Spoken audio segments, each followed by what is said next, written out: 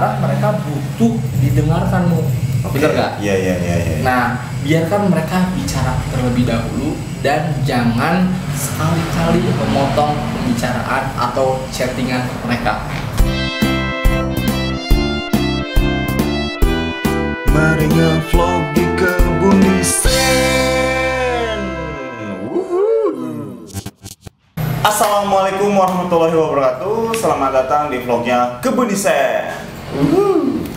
Oke, kali ini kita akan punya pembahasan yang cukup seru karena ini akan berkaitan dengan dunia bisnis yang mungkin sehari-hari kita sering mengalami seperti itu ya. Dan tentunya tips kali ini akan berguna buat Customer service, kayak gitu ya. Customer service. Buat customer service. Jadi silahkan buat para customer service untuk merapat kemari karena mungkin barangkali tips ini akan berguna buat teman-teman. Langsung aja kita bahas satu persatu ya, Dea. Oke, jadi ini adalah 5 cara mudah nih untuk menghadapi customer yang marah-marah. Oke. Cara menghadapi customer ada 5 tips nih ya. Ya, ada 5 tips gitu. Oke, kita masuk tips yang pertama. Yang pertama kali sebelum melakukan hal-hal teknis kepada customer itu adalah mempersiapkan mental. Oke, pertama siapkan mental. Betul. Jadi maksudnya seperti ini. Ingatkan kepada diri kamu sendiri bahwa customer itu tidak marah pada kamu, tapi intinya mereka itu marah pada situasi yang dialaminya gitu. Nah, kemudian dengan sikap yang seperti ini kamu jadi lebih bisa bersikap profesional nih, karena dia itu marah memang bukan sama kita, tapi memang pada hal yang sedang dialaminya, atau mungkin dari servis gitu kan ya, atau mungkin dari barang yang diterima kalau misalnya jualan barang seperti itu. Nah, hal yang terpenting adalah jangan pelanggan kamu merasa mereka sedang memarahi kamu gitu. Jadi ketika mereka udah sadar, wah kayaknya gue percuma nih marah-marah sama customer service, salah orang kayak gitu. Nah, otomatis mereka sendiri akan pergi gitu. Simple sebenarnya gitu. Cuman kadang sebagai customer service, kalau yang baperan atau misalnya yang udah terpancing emosinya akan melayani amarah si customer gitu. Jadi intinya yang pertama kali harus kalian tanamkan sebagai customer service adalah ingatkan pada diri kalian bahwa mereka tidak sedang memarahi kamu ya, seperti itu. Oke, ini menarik nih ya. Jadi yang pertama itu harus kuat mental, di mana kita itu kalau customer marah sama kita itu bukan kepada kita pribadi marahnya, tapi kepada situasi yang dia alami. Entah itu misalkan ada barangnya pas diterima itu ada lecet gitu. Kenapa ini ada lecet gini? Nah, itu dia tuh marah pada situasi yang dialami. Iya. Dan itu bukan salah si marketing ataupun si customer service-nya, tapi situasi yang dialami si konsumen. Betul sekali. Oke, terus deh yang kedua tipsnya ada apa lagi nih? Nah, untuk yang kedua ini adalah dengarkan dan berempati dengan mereka. Oke, mendengarkan si konsumen dan berempati. Ya, jadi pada dasarnya ya, setiap orang yang sedang marah itu, baik customer, pasangan hidup kita, ataupun anak kita seperti itu, orang yang sedang marah mereka butuh didengarkan, bener nggak? Iya.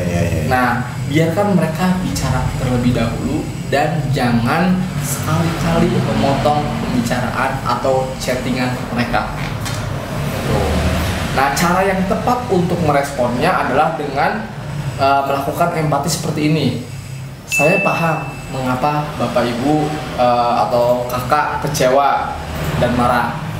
Atau bisa katakan seperti ini, mohon maaf sekali lagi Bapak atau Ibu harus mengalami hal yang seperti ini. Sebenarnya kata terima kasih dan maaf yang simple sih, yang sering diajarkan oleh orang tua kita gitu. Jangan lupa terima kasih kepada orang lain dan jangan lupa memohon maaf jika kita melakukan salah. Oke, itu ya simple banget, sederhana banget. Jadi kalau kita menunjukkan rasa empati kita, itu bisa membuat situasi lebih meredam gitu ya. Pertama kita dengarkan dulu keluhannya, sudah kita dengarkan, baru kita respon dengan sesuatu yang positif gitu ya. Betul sekali.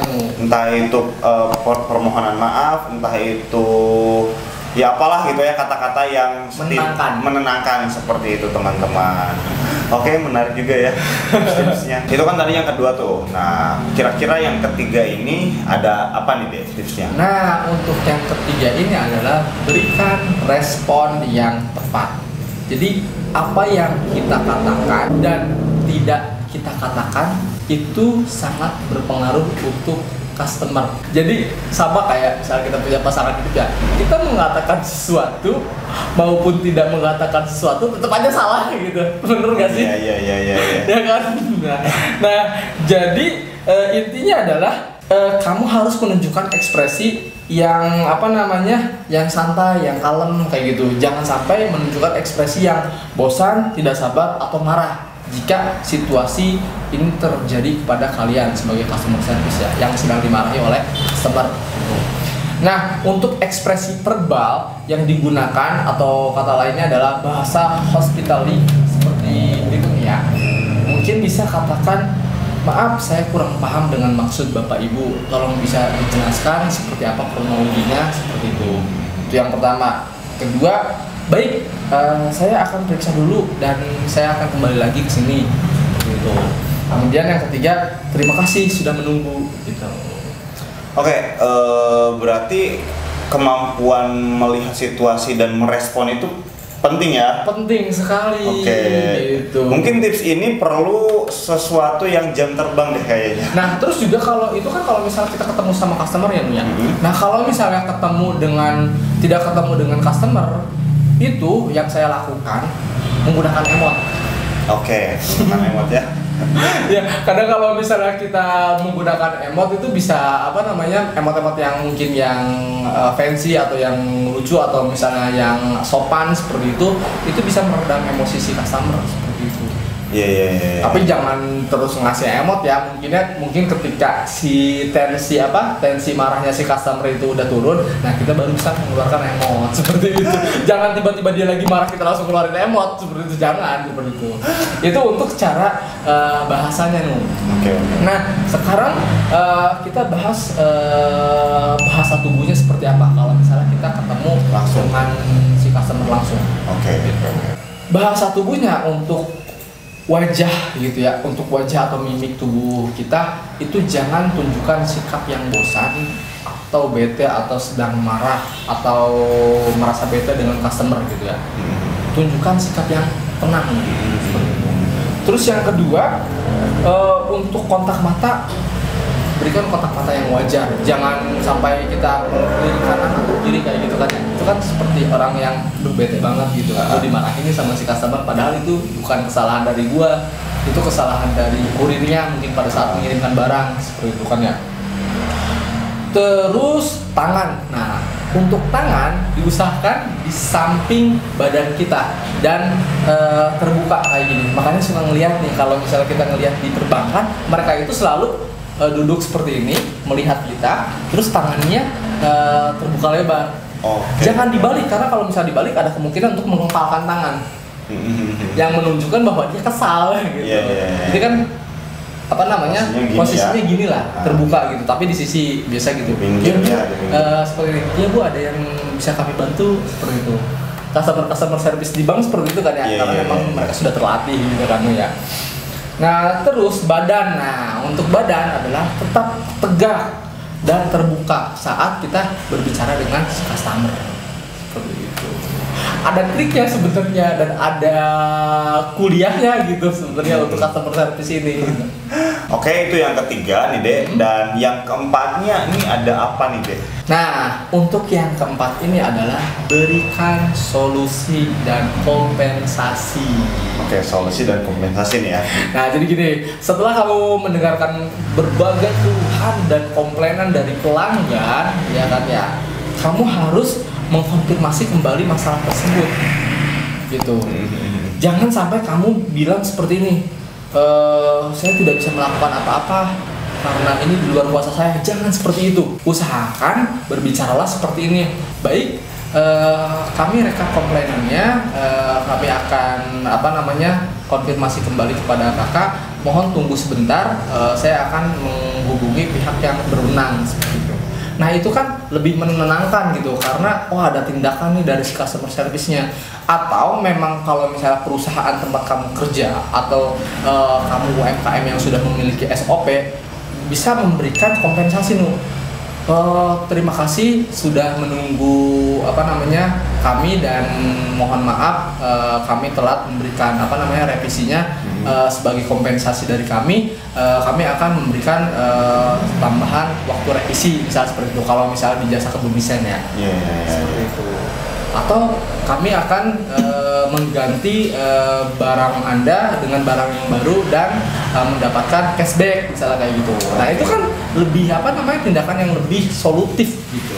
Iya, dan itu pasti si konsumen juga yang tadinya marah jadi seneng ya. Iya, dapat ini cashback dan dapat barang baru lagi gitu. Oke, itu bisa jadi triks ya. Emang triks ya. Trik, karena kita berbagi trik. Yang itu udah juga dilaksanakan oleh kebun desain dan itu cukup banyak berhasil ada ya. Banyak sekali yang berhasil. Oke, itu yang keempat. Nah, yang kelimanya nih deh, yang terakhir ini apa nih pamungkasnya? Nah, yang terakhir adalah lakukan tindakan preventif nih. Maksudnya gimana tuh? Nah, misalnya kalau usaha kamu adalah jual beli barang, kamu udah jauh-jauh hari menyiapkan stok barangmu. Yang mungkin kalau misalnya barang yang udah pecah, disiapkan di stoknya gitu. Jadi ketika ada customer yang komplain, kita udah bisa ngirimin barangnya yang baru. Atau kalian bisa menambah variatif barang-barang tambahan gitu. Misalnya kalau si customer komplain, kalian berikan barang yang baru plus barang tambahan tersebut. Ya enggak? Gitu. Jadi kalian harus menyiapkan inventaris barang yang cukup banyak seperti itu. Kalau misal kalian jualan barang ya. Nah, kalau misalnya jualan jasa ya berikan jasa atau ekstra pelayanan yang lebih. Iya.